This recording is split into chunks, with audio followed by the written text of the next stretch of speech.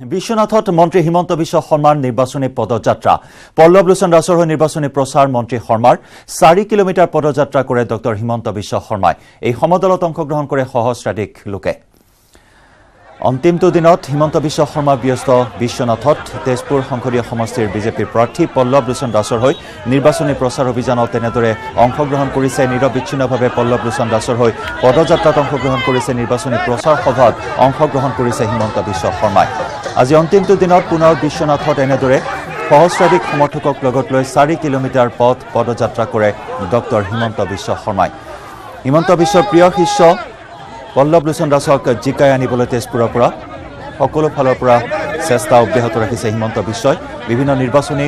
ৰণকৌশল প্ৰস্তুত কৰিছে বিভিন্ন ধৰণৰ প্ৰচাৰ অভিযান চলাইছে হিমন্ত বিশ্ব শৰ্মাই আনকি ৰাজপথত নাচি বাগি ভোটাৰ ৰাইজক আকৰ্ষণ কৰাৰ চেষ্টা চলাইছিল হিমন্ত বিশ্বই আজি পুনৰ বিশ্বনাথত 4 কিলোমিটাৰ পদযাত্ৰাৰে নিৰ্বাচনী প্ৰচাৰ অভিযান মন্ত্ৰী হিমন্তৰ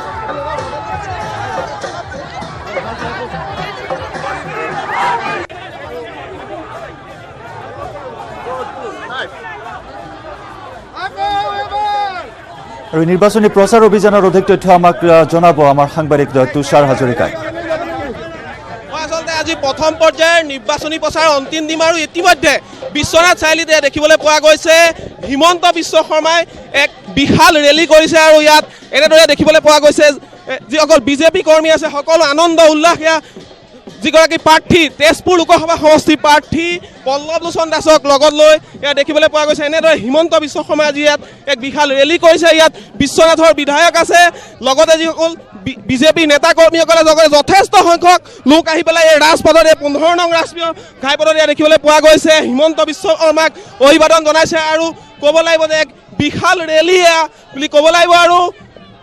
আজি হৈছে প্ৰথম পৰ্যায়ৰ যি লোকসভা নিৰ্বাচন তাৰ আজি প্ৰচাৰৰ অন্তিম দিন আৰু অন্তিম দিনাৰ এয়া দেখিবলৈ পোৱা গৈছে এনেদৰে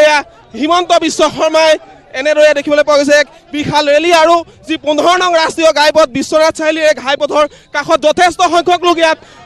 সমবেত হৈছে স্থানীয় লোকসকল যিসকল বিজেপি কৰ্মীসকল ওলাই আহিছে আৰু হিমন্ত বিশ্ব শৰ্মাৰ যি এই বিশাল ৰেলী এই ৰেলীত তেওঁলোকে অংশগ্ৰহণ কৰিছে আৰু ক'ব লাগিব যে প্ৰাৰ্থী পল্লৱ লোচন দাস লগত আছে বিধায়ক প্ৰমোদ বৰঠাকুৰ আৰু দেখিবলৈ পোৱা গৈছে এনেদৰে এতিয়া যি বিশ্বনাথৰ ৰাজপথ এই ৰাজপথত যথেষ্ট সংখ্যক লোকৰ সমাগম হৈছে আৰু সকলোৱে এনেদৰে এই যি হিমন্ত বিশ্ব শৰ্মাৰ যি ৰেলী এই বিশাল ৰেলী প্ৰায় 5000তকৈ অধিক লোক ইয়াত এই ৰেলীত অংশগ্ৰহণ কৰিছে আৰু অংশগ্ৰহণ কৰি পেলাই দেখিবলৈ পোৱা গৈছে তেওঁ এনেদৰে এই বিশাল ৰেলীত অংশগ্ৰহণ কৰিছে আৰু আপোনাৰ অকণ চেষ্টা কৰিম কথা পাতিবলৈ আজি প্ৰথম পৰ্যায়ৰ নিৰ্বাচনৰ অন্তিমটো দিন কি ক'ব এই মুহূৰ্তত এক বিশাল ৰেলী ভাৰতীয় জনতা পাৰ্টি এক বিপুল বিজয়ৰ ফালে আগবাঢ়িছে আৰু আমি গোটেই কেইটা সিটতে বৃহৎ বিজয় লাভ কৰিম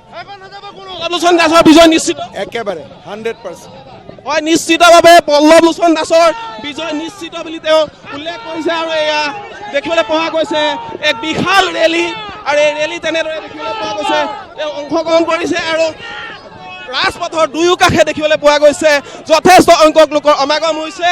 আৰু ইয়াত দেখিবলৈ পোৱা গৈছে যিসকল বিজেপি কৰ্মীসকলে এই যি ৰেলীত অংশগ্ৰহণ কৰিছে আৰু আজি প্ৰথম পৰ্যায়ৰ নিৰ্বাচনৰ যি লোকসভা নিৰ্বাচনৰ প্ৰচাৰ অন্তিম দিন আৰু আজি এনেদৰে দেখিবলৈ পোৱা গৈছে এয়া বিশ্বনাথ চাৰিআলি ৰাজপথত এয়া এক বিশাল ৰেলী হিমন্ত বিশ্ব শৰ্মাৰ ৰেলী আৰু ক'ব লাগিব যে যথেষ্ট লোকৰ সমাগম হৈছে আৰু হিমন্ত বিশ্ব শৰ্মাই ইতিমধ্যে কৈছে যে তেওঁলোকৰ বিজয় নিশ্চিত লগত আছে প্ৰাৰ্থী পল্লৱ লোচন দাস হয় তুষাৰ ধন্যবাদ জনাইছো আপোনাক আৰু তেজপুৰ সমষ্টি যেন হিমন্ত বিশ্ব শৰ্মাৰ বাবে এক সন্মানৰ যুঁজ হিচাপে পৰিগণিত হৈছে কিয়নো আৰপি শৰ্মাক টিকটৰ পৰা বঞ্চিত কৰা হৈছে প্ৰথম অৱস্থাত তেজপুৰৰ পৰা হিমন্ত বিশ্ব শৰ্মা নিৰ্বাচন খেলাৰ কথা আছিল যদিও অৱশেষত পল্লৱ লোচন দাস দাদা ব্ৰিগেডৰ অন্যতম সদস্য পল্লৱ লোচনক দিয়া হ'ল টিকট আৰু সেইবাবেই যেন সন্মানৰ যুঁজ জড়িত হৈ আছে তেজপুৰত মন্ত্ৰী হিমন্তৰ আৰু ইফালে অন্ধ্ৰপ্ৰদেশৰ ভূমি কেলেংকাৰীত চিবিআইৰ জেৰাৰ সন্মুখীন হৈছিল তেজপুৰৰ কংগ্ৰেছ প্ৰাৰ্থী MGVK ভানু চৰকাৰী ভূমি দখল কৰি ঘৰ নিৰ্মাণ কৰিছে ভানুৱে তেজপুৰৰ কালিবাৰীত ভূমি দখল কৰিছে কংগ্ৰেছ প্ৰাৰ্থীগৰাকীয়ে বিশ্বনাথত এক সংবাদমেল সম্বোধন কৰি এই মন্তব্য মন্ত্ৰী পীযুষ হাজৰিকাৰ তেজপুৰৰ উপায়ুক্ত হৈ থাকোতে এটা NGOৰ সভাপতি হৈছিল ভানু আৰু তেতিয়াই তেজপুৰৰ চিত্ৰলেখা অগ্নিগড় সহ 5টা ঐতিহাসিক স্থানৰ মালিকী স্বত্ব ভানুৱে NGOটোৰ হাতলৈ নিয়াৰ অভিযোগ কৰে পীযুষ হাজৰিকাই মাথুকুৰু গোপালা ভেংকট কুমাৰা ভানু ডাঙৰীয়াৰ তেজপুৰত দুটা মাটিৰ প্লট আছে। তেজপুৰৰ কালিবাৰী এৰিয়াত ব্ৰহ্মপুত্ৰৰ কাষত তেখেতৰ 2 কঠা 13 লোচা মাটি আছে। তেখেতে এই 2 কঠা 13 লোচা মাটি কিনিছিলে এগৰাকী ৰঞ্জিত সিং আৰু তপন গাংগুলীৰ পৰা। কিন্তু অত্যন্ত এটা গুৰুত্বপূৰ্ণ কথা, ভানু ডাঙৰীয়াৰ য'ত 2 কঠা 13 লোচা মাটি আছে তাতে এটা চৰকাৰী প্লট আছে 307 দাগ নম্বৰ, আৰু তাত আছে 4 বিঘা মাটি। তেওঁৰ যিখিনি 2 কঠা 13 লোচা মাটি সেইটো 307 দাগ নম্বৰৰে। এইটো এটা অত্যন্ত গুৰুত্বপূৰ্ণ কথা। তাৰ কাষতে আছে 305 দাগ নম্বৰত 4 কঠা 19 লোচা মাটি, সেইখিনি আছে তেজপুৰ মিউনিচিপাল বৰ্ডৰ নামত। এতিয়া অত্যন্ত গুৰুত্বপূৰ্ণ কথাটো মই এইটোৱে ক'ব খুজিছোঁ, ভানু ডাঙৰীয়াই যিখিনি 2 কঠা 13 লোচা তেখেতৰ নিজৰ মাটি 15 চনত তেখেতে ক্ৰয় কৰিছে, নামজাৰি কৰোৱা বুলি ৰেকৰ্ডত দেখুওৱা আছে, তাৰ লগতে প্ৰায় 6 বিঘা 7 বিঘা মাটিত এটা প্ৰকাণ্ড বাউণ্ডেৰী বনোৱা হৈ আছে। চৰকাৰী মাটি দখল কৰি এই বাউণ্ডেৰীটো ভানু ডাঙৰীয়াই বনাইছে নেকি, মই তেখেতৰ পৰা উত্তৰ বিচাৰিছোঁ। আৰু এটা অত্যন্ত মোৰ গুৰুত্বপূৰ্ণ প্ৰশ্ন আছে যে ব্ৰহ্মপুত্ৰ নদীৰ কিনাৰত যদি কোনোবাই ঘৰ বনায়, অসম চৰকাৰৰ লেণ্ড পলিচি মতে ব্ৰহ্মপুত্ৰৰ কিনাৰত 25 মিটাৰ হ'ব লাগে, অন্য ৰিভাৰ বা গভৰ্ণমেণ্ট ফিচাৰীৰ কাষত হ'লে 20 মিটাৰ হ'ব লাগে। গতিকে এই কনষ্ট্ৰাকশ্যনটো, মই বিশেষ কনষ্ট্ৰাকশ্যনটোৰ আপোনালোকক দেখাম, এই কনষ্ট্ৰাকশ্যনটো য'ত চলি আছে তাতে কিন্তু এই আইনখনো উলংঘা কৰা হৈছে। গতিকে যিগৰাকী ব্যক্তিয়ে তেজপুৰত সাংসদ হোৱাৰ আগত DC হোৱাৰ সময়তে এইবিলাক অনিয়ম কৰিছিলে,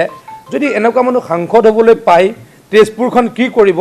তাক আপোনালোকে বিচাৰ কৰিব বুলি মই শ্ৰদ্ধাৰ তেজপুৰবাসী ৰাইজক অনুৰোধ জনাইছোঁ।